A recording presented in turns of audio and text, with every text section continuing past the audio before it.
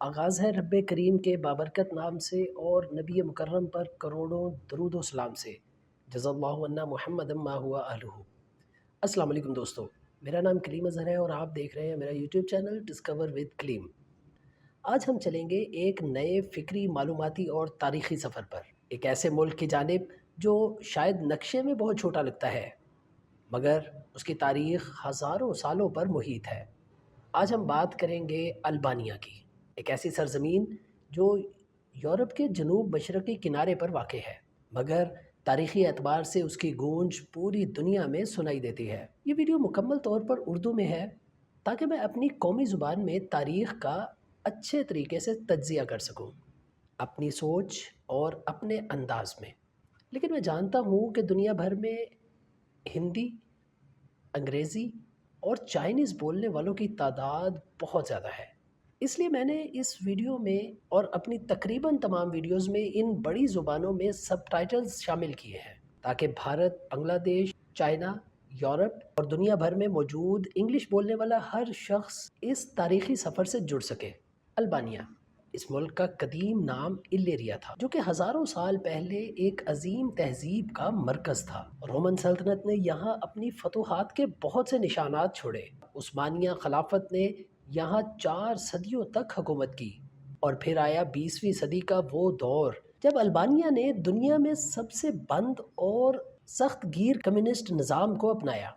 ये वो मुल्क है जहाँ मज़हब को कई दहाइयों तक सरकारी तौर पर ममनू करार दिया गया था, जहाँ एक आम इंसान को बाहर की दुनिया तक बिल्कुल रसाई हासिल न थी, और फिर जहाँ एक इनकलाब ने नई राहें खोली। दोस्तों, इस व्लॉग में हम सिर्फ तारीख़ की बात नहीं करेंगे, हम महसूस करेंगे उन हालात को, उन फ़िक्री जंगों को जिन्होंने अल्बानिया को आज के जदीद दौर में एक अलग पहचान दी। तो दोस्तों, सीट बेल्ट बांध लीजिए। तो आइए मिलकर खोजते हैं अल्बानिया की शानदार तारीख़ के उन सफ़ात को। वीडियो को आखिर तक ज़रूर देखिएगा ताकि कोई भी अहम मालूमात और नुक्ता आपसे रह ना जाए। और हाँ, अगर आपको ये काविश पसंद आए तो वीडियो को लाइक और शेयर करना मत भूलिएगा, और अगर आपने अभी चैनल को सब्सक्राइब नहीं किया तो ज़रूर कर लीजिए ताकि मुस्तकबिल में भी आप ऐसे मुनफरिद और दिलचस्प वीडियो से मुस्तफ़ीज़ होते रहें।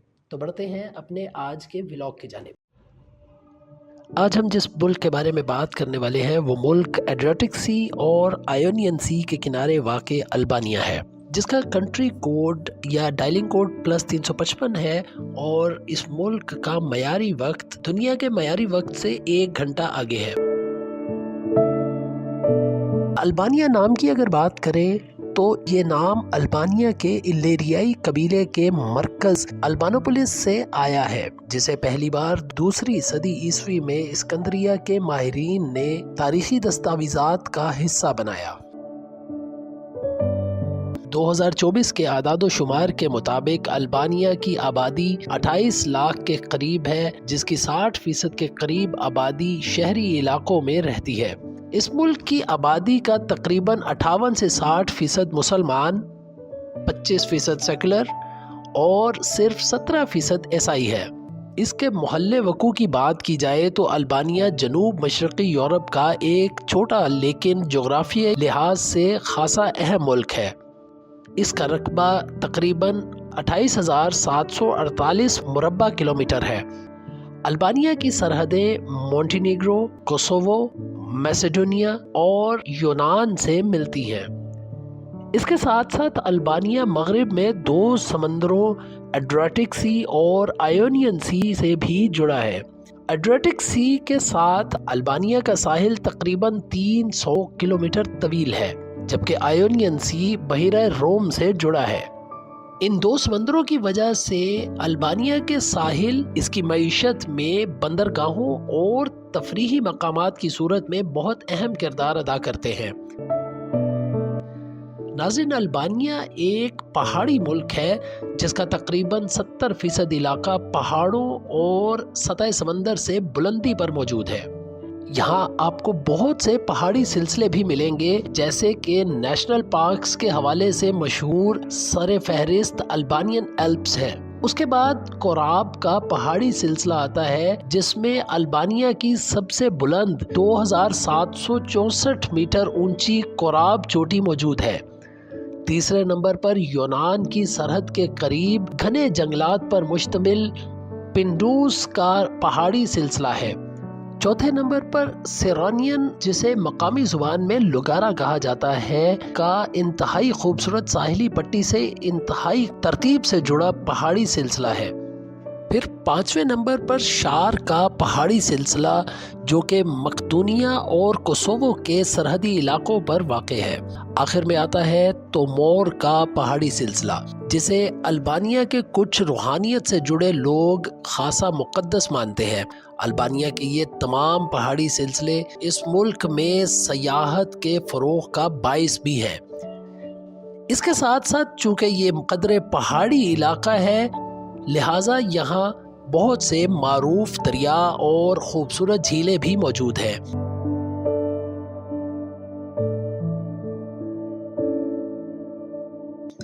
अगर हम अल्बानवी ज़ुबान की बात करें तो अल्बानिया में बोली जाने वाली ज़ुबान पूरे खित्ते में मुनफरिद है, जिसे शिकिप कहा जाता है। इस ज़ुबान का ताल्लुक इलेरियन ज़ुबान से बताया जाता है, जो कि इसके कदीम होने की एक संद है। ये ज़ुबान अल्बानिया और कोसोवो की सरकारी ज़ुबान होने के साथ साथ मकदूनिया, मोंटेनेग्रो, सर्बिया, यूनान और इटली में भी कसीर तारकीन वतन होने की वजह से बोली और समझी जाती है। इस इलाके में चूंकि तुर्कों ने 500 साल तक हुक्मरानी की, इसी वजह से इस जुबान में तुर्की और अरबी अल्फाज का भी असर शामिल है।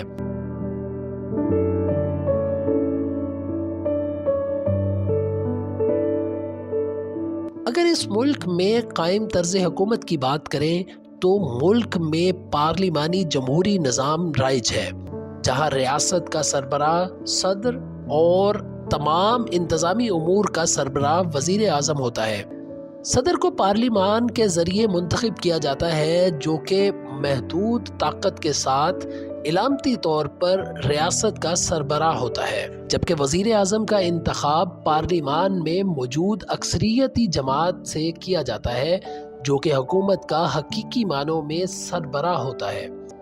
इस मुल्क में एक पार्लिमानी निज़ाम मौजूद है जिसे assembly of Republic of Albania कहा जाता है, जिसके अराकीन की तादाद 140 अराकीन पर मुश्तमिल होती है। इन अराकीन को मुंतखब करने का तरीका ज़रा मुख्तलिफ है। 140 में से 100 अराकीन का इंतखाबात के ज़रिए किया जाता है, जिसमें वोटिंग के लिए किसी शख्स को वोट करने की बजाय सियासी जमात को वोट दिया जाता है, जबकि बाकी 40 अराकीन को ज़िलाई सतह पर मुंतखब करते हैं।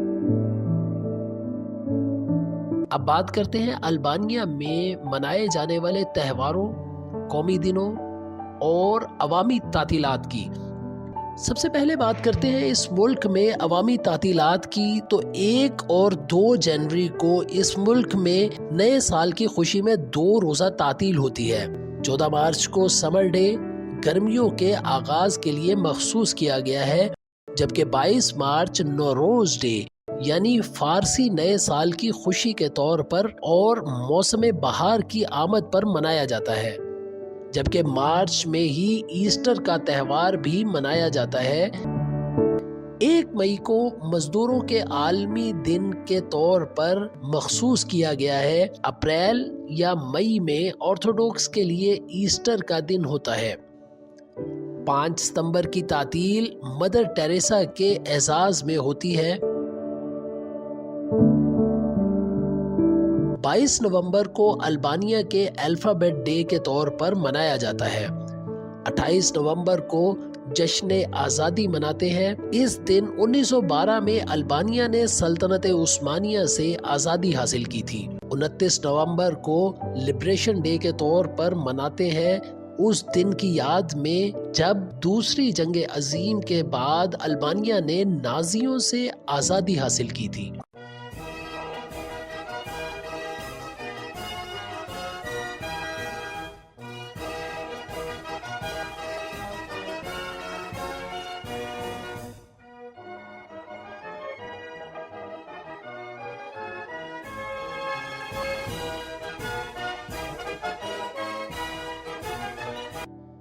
25 दिसंबर को क्रिसमस डे की तकरीबात मुनक्किद की जाती हैं, जबकि ईद उल फित्र और ईद उल अजहा कमरी कैलेंडर के हिसाब से मनाई जाती हैं।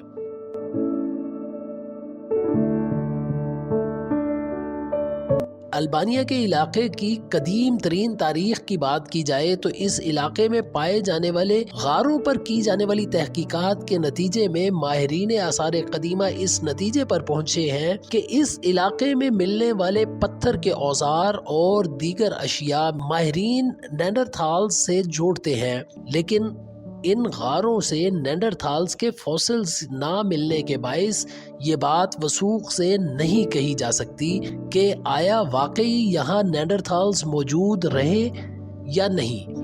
बहरहाल नेंडरथाल्स की मौजूदगी या गैर मौजूदगी दोनों सूरतों में इस खित्ते में इंसानी आबादी का आगाज कम व बेश पत्थर के दौर ही से हुआ है। यानी ये बात कदरे वसूख से कही जा सकती है कि अल्बानिया के इलाकों में इंसानी आबादी 10,000 कब्ल मसीह के आस पास तो लाजिम है कि अपना वजूद रखती थी, जबकि 6,000 कब्ल मसीह में यानी जदीद पत्थर के दौर में हम आसारे कदीमा की आरा के मुताबिक यकीन से कह सकते हैं कि यहाँ मिलने वाले औजार और दीगर इस्तेमाल की अशिया का ताल्लुक यकीनन उसी दौर से था।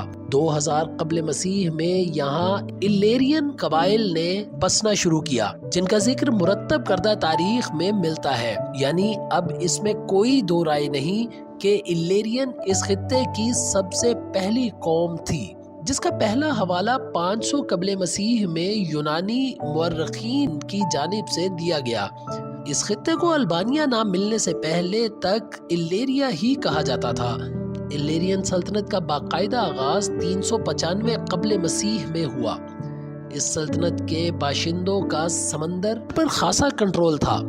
इल्लेरियन कज़ाक अक्सर रोमी सल्तनत के बहरी जहाज़ों को नुकसान पहुंचाते थे, जो कि इन दोनों सल्तनतों के आपसी तनाज़ा का बाइस बना।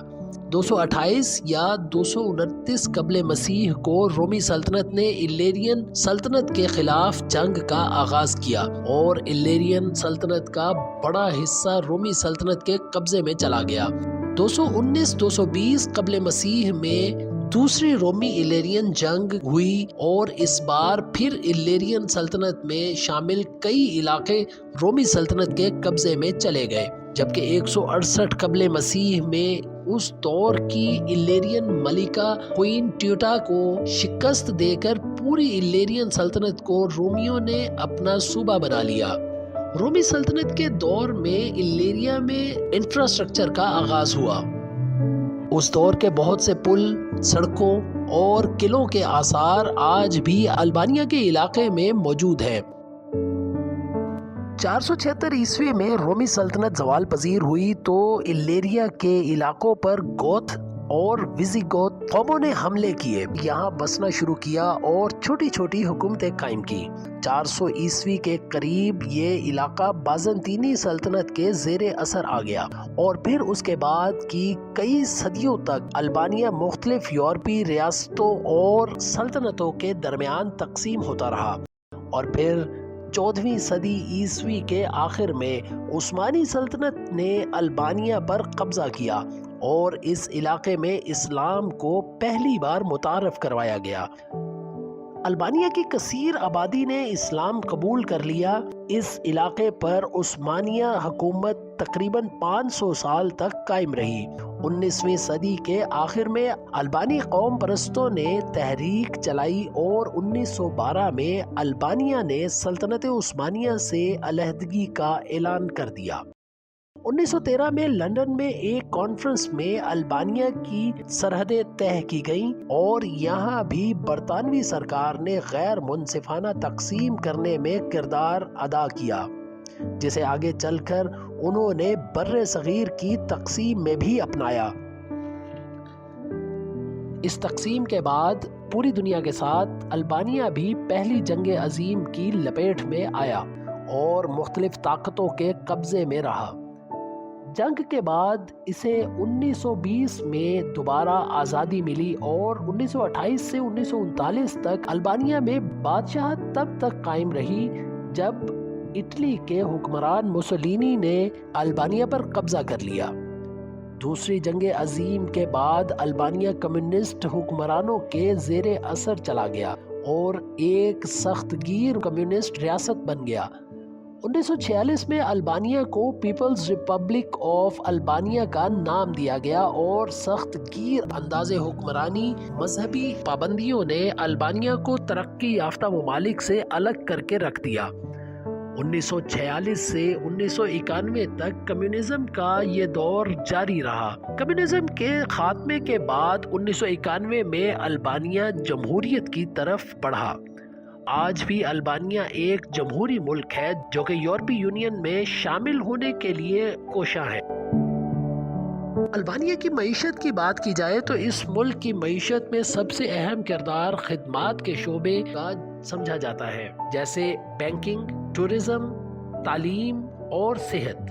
اس کے بعد زراعت اور ڈیری فارمنگ بھی اس ملک کی معیشت کا اہم جز سمجھی جاتی ہے، جبکہ قدرتی وسائل، معدنیات اور برآمدات بھی ملک کی معیشت میں اپنا خاص کردار ادا کرتے ہیں۔ ملک کی مجموعی جی ڈی پی کی بات کریں تو اس ملک کی جی ڈی پی 2023 کے اعداد و شمار کے مطابق 23 ارب امریکی ڈالر کے مساوی تھی، جبکہ البانیہ میں فی کس سالانہ آمدنی 2022 کے اعداد و شمار کے مطابق 5000 امریکی ڈالر سے زائد تھی۔ 2024 کے غیر سرکاری اندازے کے مطابق البانیہ کی فی کس سالانہ آمدنی 10,000 امریکی ڈالر کے قریب ہے، جبکہ ورلڈ بینک کے تجزیے کے مطابق 2023 میں البانیہ کی فی کس سالانہ آمدنی 8,575 امریکی ڈالر کے مساوی تھی۔ البانیہ کی موجودہ حکومت کی بات کریں تو موجودہ صدر بیرام بیگائے ہیں، جو کہ جولائی 2022 سے اس عہدے پر مامور ہیں، جبکہ مسند وزارت عظمیٰ پر ستمبر 2018 سے ایدی راما موجود ہیں۔ نائب وزیر اعظم کے طور پر بیلینا بولوکو 2022 سے خدمات سر انجام دے رہی ہیں، جبکہ سپریم کورٹ کے موجودہ چیف جسٹس کے طور پر سوکھول سادوشی خدمات سر انجام دے رہے ہیں۔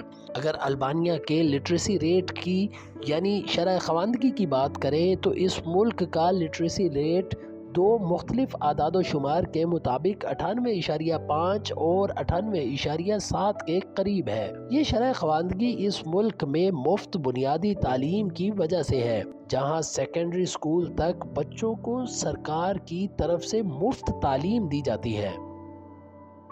ناظرین، آخر میں البانیہ کی چند مشہور شخصیات کا ذکر کرنا بھی لازم ہوگا، کیونکہ ان ناموں میں سب سے پہلے میں جس کا ذکر کرنا چاہوں گا وہ 1979 کی نوبل انعام یافتہ خاتون مدر ٹیریسا ہیں۔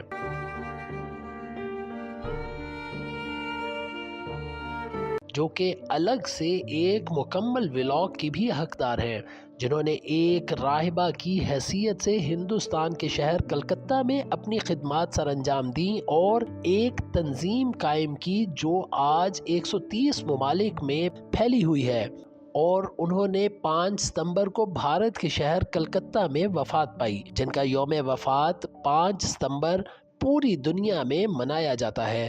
اس کے علاوہ تاریخی اور سیاسی شخصیات میں 14ویں صدی میں سکندر بیگ، جنہوں نے سلطنت عثمانیہ کے خلاف مزاحمت کی، احمد جوگو، البانیہ کے پہلے بادشاہ جنہوں نے 1928 سے 1939 تک بادشاہت کی، 1912 میں البانیہ کی آزادی کے ہیرو اسماعیل قمالی، کمیونسٹ رہنما انور ہوجا، البانیہ کی تاریخی قد آور شخصیات میں شامل ہیں۔